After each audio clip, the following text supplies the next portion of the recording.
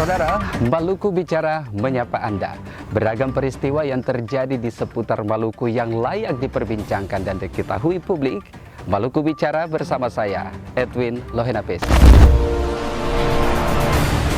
Saudara, pertarungan menuju kursi nomor 1 di Provinsi Maluku yang nantinya akan berlangsung pada bulan November tahun 2024 ini semakin memanas. Munculnya nama-nama kandidat sebagai orang-orang yang nanti bersaing merebut kursi ini semakin terngiang-ngiang di masyarakat. Salah satu di antaranya adalah munculnya nama Said Latukonsina. Mengapa Said Latukonsina? Pertanyaan ini semakin menjadi bumerang bagi kami dan juga mungkin pemirsa di rumah bertanya-tanya, siapa sih sebenarnya tokoh yang bernama Said Latukonsina? Kami mengajak Anda untuk berbincang bersama salah satu tokoh muda dari negeri Larful Ngabal, Bung Samsul Notanubun. Kita akan mengorek lebih jauh tentang siapa dan mengapa Said Latukonsina. Baik, Bung Sam, apa kabar?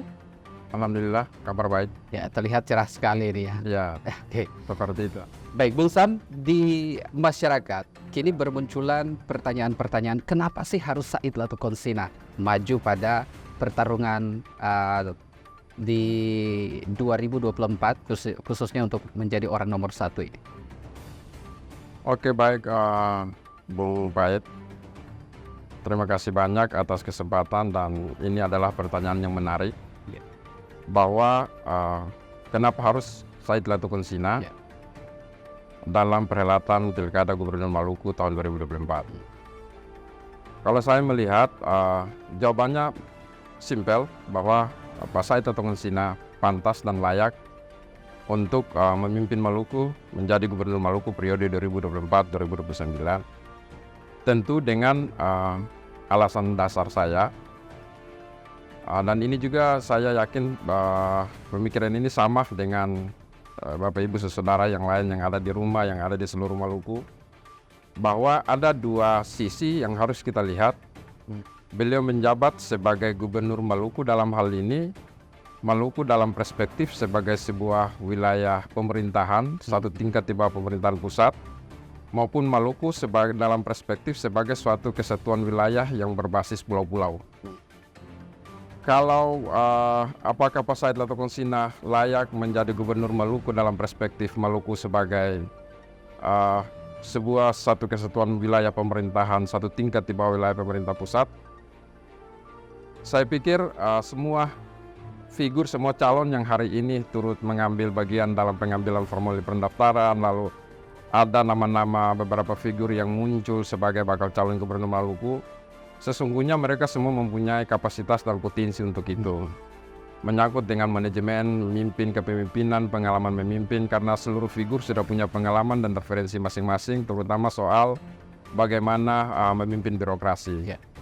Tetapi kalau kita melihat Maluku dalam perspektif sebuah satu kesatuan wilayah yang terdiri atas pulau-pulau, maka tentu harus kita bersandar pada sebuah tidak harus ansih kepada sebuah kemampuan memimpin, tetapi bagaimana seorang figur mempunyai kemampuan untuk mengenal lingkungan, mengenal wilayah yang dipimpinnya. Dalam konteks ini adalah bagaimana seorang pemimpin yang memiliki kecerdasan ekologi question, bagaimana dia memahami tentang lingkungan itu.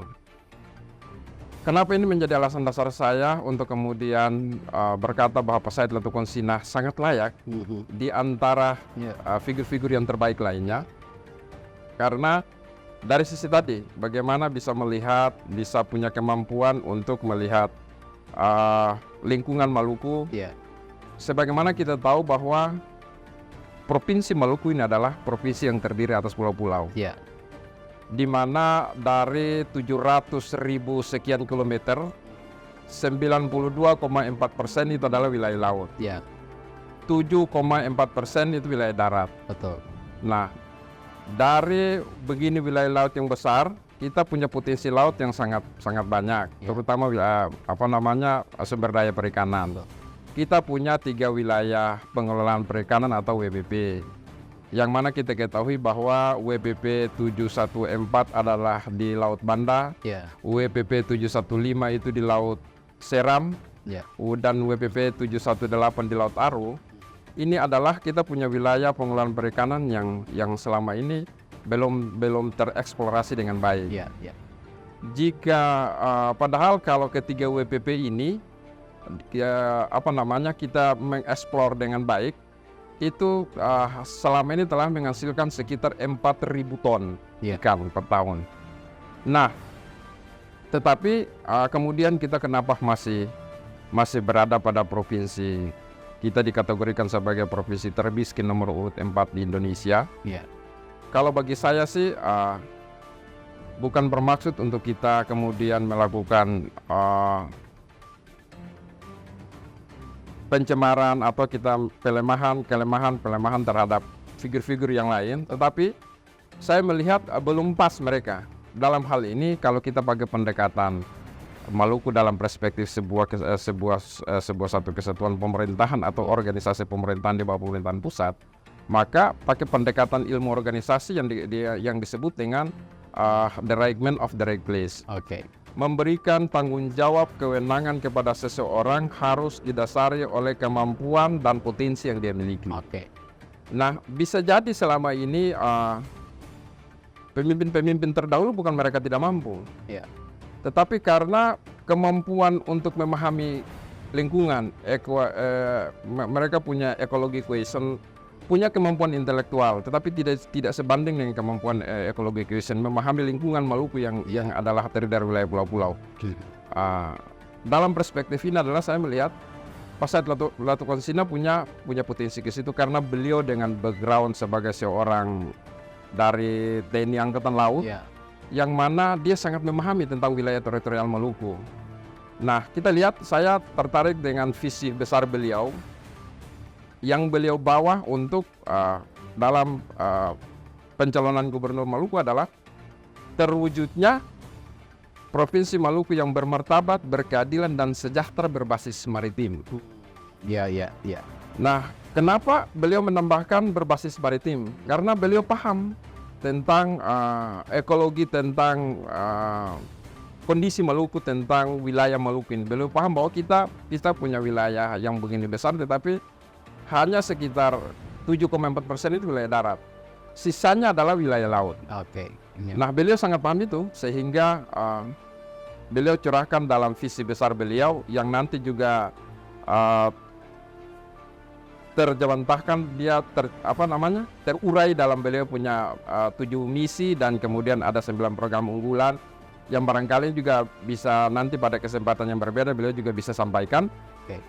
Tapi saya melihat potensi yang dimiliki oleh Pak Said Latukonsina dengan berlatar belakang seorang TNI Angkatan Laut, lalu punya pemahaman, dia paham benar soal kondisi kelautan.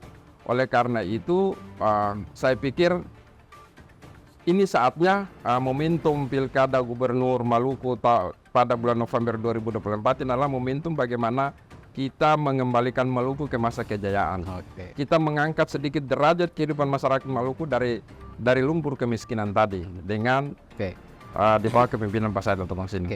Bung Sam, ini pertanyaan saya ini mewakili masyarakat kaum awam lah, bahwa mereka membanding-bandingkan beberapa tokoh yang nanti maju pada perhelatan calon Gubernur Maluku ini, bahwa apakah apa yang sudah dibuat oleh seorang Said Latukonsina itu sendiri. Tapi kita tahan dulu Pak Sam. Baik, tetap bersama kami di Maluku Bicara. Baik, Anda masih bersama kami di Maluku Bicara. Kenapa Said Latukonsina? Bung Sam, saya mengulang kembali pertanyaan saya. Pertanyaan ini sebenarnya mewakili pertanyaan-pertanyaan dari masyarakat awam lah. Mereka selalu membanding-bandingkan kandidat yang akan melaju pada perhelatan pemilihan gubernur nanti. Apa sebenarnya yang sudah dilakukan oleh Said Latukonsina itu sendiri? Baik, Bung Faid, kalau saya melihat di antara semua figur, dengan tidak bermaksud untuk kita mencela atau mencari sisi kelemahan dari setiap figur, tetapi fokus saya terhadap pertanyaan yang disampaikan, apa sih sebenarnya yang telah dibuat oleh Pak Said Latukonsina selama berada di Ambon, Maluku khususnya, di Maluku, Ambon khususnya. Kita sebelum saya menjawab apa yang telah beliau perbuat, ada beberapa program besar yang semestinya sudah menjadi harapan besar masyarakat Maluku hari ini. Dalam hal ini kita kenal dengan Ambon Newport, Lumbung Ikan Nasional, yang pada beberapa waktu lalu itu sudah diambang pintu dan sudah siap dijemput oleh masyarakat Maluku, namun kemudian tiba-tiba harapan itu hilang. Kalau saya melihatnya simpel, bahwa ada ketidakmampuan untuk menghubungkan komunikasi kepentingan ini antara pemerintah kepentingan daerah dengan pusat. Ini ada pada aspek komunikasi yang tidak jalan, atau komunikasi jalan tetapi ada faktor yang komunikasi yang tidak terbangun, atau ada faktor-faktor lain. Kalau saya sih melihat dari aspek komunikasi. Berarti dari sini kemudian saya melihat, oh ternyata solusi untuk problem Maluku hari ini adalah kepada sosok yang memiliki komunikasi baik dengan pusat. Korelasinya dengan apa yang telah diperbuat oleh Pak Said Dr. Konsina, memang orang melihat ini adalah hal kecil, tapi saya melihat dari hal-hal kecil inilah kita menuju kepada sebuah hal besar. Salah satu contoh, dari setiap dari tahun ke tahun sebelum beliau menjabat sebagai Komandan Lantamal 9 Ambon, saya pikir semua masyarakat Maluku tahulah bahwa minat anak muda kita untuk mau bergabung menjadi seorang prajurit TNI Angkatan Laut itu hampir nyaris kita tidak dengar. Bahkan saya sendiri juga tidak dengar. Selama ini anak-anak muda selalu hanya ke Angkatan Darat, hanya ke polisi. Artinya animonya kurang ya? Animonya kurang. Ini yang pertama soal informasi yang disampaikan kepada mereka, soal sosialisasi, mensosialisasikan. Yang kedua soal kuota. Soal kuota, sehingga orang juga, saya juga bisa memahami reaksi batinia masyarakat Maluku, khususnya kepada kaula muda, bahwa karena mereka melihat peluang dalam perspektif kuota tadi. Lebih banyak mungkin di sektor lain, di Angkatan Laut tidak, paling nggak cukup 10. Tetapi alhamdulillah dengan kehadiran beliau sebagai seorang Komandan Lantamal 9 Ambon, kita lihat sendiri, setiap kali penerimaan kuotanya sampai 100 lebih. Bahkan kalau kita runut-runut, kita hitung-hitung, selama beliau menjabat semenjak dari Wadan Lantamal, Wakil Komandan Lantamal 9 Ambon, sampai hari ini menjadi Komandan Lantamal 9 Ambon, itu sudah 1000 lebih putra-putri anak Maluku yang terakomodir bergabung dalam prajurit TNI Angkatan Laut dengan klasifikasi dari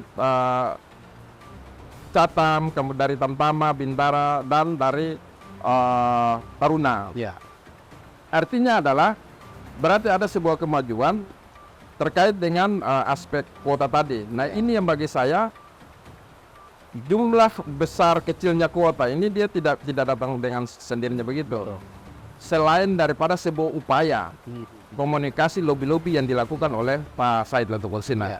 Dari sinilah saya melihat bahwa beliau mempunyai kemampuan untuk melakukan komunikasi itu. Artinya Anda berpendapat bahwa beliau ini sebenarnya mencintai Maluku dengan mendorong anak-anak muda untuk maju terus masuk ke dalam, bergabung dalam Angkatan Laut itu sendiri.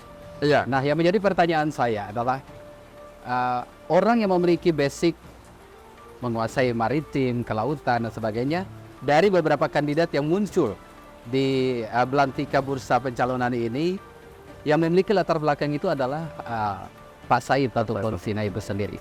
Nah, masyarakat menilai bahwa Maluku ini kan adalah negara kepulauan yang banyak sekali, seperti yang tadi Bung Sam bilang bahwa kita memiliki laut yang cukup luas, dengan sumber daya laut yang cukup banyak kayak gitu. Apakah ada peluang untuk program lumbung ikan nasional yang tertunda? Apakah beliau bisa menjadi pionir untuk melanjutkan itu? Ya, baik. Saya pernah berdiskusi banyak dengan beliau. Salah satu topik diskusi kami adalah sebagaimana yang disampaikan tadi oleh Bung Pait, bahwa terkait dengan lumbung ikan nasional. Beliau dalam satu kesempatan beliau mengatakan bahwa kita harus tetap memperjuangkan, karena itu adalah salah satu kesempatan kita, Ya. kesempatan kita untuk kita mengeksplor hasil perikanan kita yang selama ini kita hanya dijadikan sebagai semacam wilayah konservasi. Hasil kita ditangkap, kemudian dibawa ke daerah-daerah tetangga di Bitung, kemudian dibawa ke Pandeglang. Ya. Tetapi jadi kita hanya sebagai wilayah di mana semacam wilayah wilayah observasi. Ikan kita diambil di bawah. Nah, dalam situasi seperti gini, saya melihat tidak ada satupun, belum ada, bukan tidak ada, maksud saya belum ada satupun upaya pemerintah daerah untuk melakukan lobby-lobby ini lebih maksimal lagi. Ya. Ya terbukti dengan proyek nasional, proyek besar kita ini, Lumbung Ikan Nasional, yang mana dia akan tidak berhasil. Ya. Untuk sementara masih menunda. Oleh karena itu beliau sangat berharap akan beliau perjuangkan pada suatu waktu, pada suatu saat ketika beliau dipercayakan oleh masyarakat Maluku untuk terpilih menjadi Gubernur Maluku di Pilkada Gubernur Maluku November 2024. Oke. Baik, kita akan lanjutkan perbincangan kita. Anda tetap bersama kami di Maluku Bicara. Baik, kita masih bersama di Maluku Bicara. Masih dengan topik yang sama, Bung Sam, saya melanjutkan dulu apa yang tadi Anda sampaikan, bahwa hanya orang yang memiliki latar belakang itu yang bisa menjalankan program-program berbasis maritim tadi. Ya. Nah, pertanyaan saya yang berikutnya ini adalah, ini hanya mengorek sedikit nih dari Bang Sam. Sebenarnya kepribadian Pak Said itu seperti apa ya? Anda kan pernah berbicara, berdiskusi dengan beliau, bertatap muka. Biar publik juga bisa tahu nih, oh ternyata orangnya seperti ini. Oh iya. Baik, yang pertama, beliau adalah sosok yang saya awalnya berpikir karena berlatar belakang sebagai seorang prajurit marinir, yang mungkin di belakang kepala saya membayangkan bahwa inilah seorang sosok figur dari militer. Tapi sesungguhnya beliau bisa dapat menempatkan posisi. Nah, bagi saya, beliau adalah sosok yang humanis dan komunikatif di setiap saat. Ya. Asalkan tidak berbenturan dengan jam-jam kedinasan beliau, satu. Kedua, beliau adalah sosok anak muda. Beliau adalah sosok figur orang Maluku yang memang memiliki spirit kemalukuan yang tinggi. Karena beliau sangat prihatin, sangat punya perhatian yang serius kepada Provinsi Maluku. Sebagaimana yang tadi salah satu contohnya, bagaimana caranya beliau memikirkan supaya sekian banyak pengangguran yang akibat dari dampak yang telah membawa dampak, salah satu dampak untuk Maluku masuk dalam kategori provinsi termiskin di Indonesia nomor urut 4, yang salah satu faktornya adalah salah satu angka pengangguran yang tinggi. Dengan wilayah keterbatasan beliau yang hanya pada wilayah TNI Angkatan Laut, beliau sudah berupaya untuk ke sana. Orang boleh melihat ini adalah bagian terkecil daripada segudang problem yang ada di Maluku. Tetapi saya melihat ini bukan soal kecil besar, tapi ini soal niat, soal nawaitu beliau untuk Maluku. Beliau sudah berusaha ke sana dengan melakukan lobby-lobby tentang peningkatan kuota, dan alhamdulillah hari ini suka dan tidak suka fakta membuktikan bahwa sudah 1.000 anak muda Maluku yang hari ini sudah berkarir sebagai prajurit TNI Angkatan Laut. Ya. Nah, itu salah satu upaya. Oke. Baik, Bung Sam, terakhir, apa yang ini Anda sampaikan kepada masyarakat Maluku? Baik, Bung Pai, terima kasih. Kepada Bapak Ibu, saudara-saudaraku, masyarakat Maluku yang saya hormati, saya cintai, saya banggakan. Yang pertama, saya pribadi ingin menyampaikan kepada Ibu Bapak, saudara semua bahwa Pilkada Maluku 27 November 2024 adalah momentum yang paling istimewa untuk kita membawa Maluku keluar daripada ranah kemiskinan, daripada predikat kita Provinsi Maluku sebagai provinsi termiskin nomor 4 di Indonesia. Ibu bapak saudara kita, saudara se-Provinsi Maluku yang saya hormati, perlu ibu bapak ketahui bahwa hari ini kita mempunyai indeks pembangunan manusia Maluku yang dari tahun ke tahun mengalami peningkatan angka kesenjangan yang paling tinggi jika dibandingkan dengan provinsi-provinsi lain yang ada di Indonesia. Itu satu. Yang kedua, rilis Badan Statistik Provinsi Maluku hari ini, BPS, Badan Pusat Statistik Provinsi Maluku hari ini merilis bahwa dari kita memiliki angka kemiskinan itu 16,430% dari total jumlah penduduk 2,2 juta jiwa. Sekitar 295.000 masyarakat Maluku berada di bawah garis kemiskinan. Yang ketiga, ada satu hal yang kenapa hari ini harus dengan dari lubuk hati yang paling dalam saya mengajak Bapak Ibu Saudara sekalian di seluruh pelosok Maluku.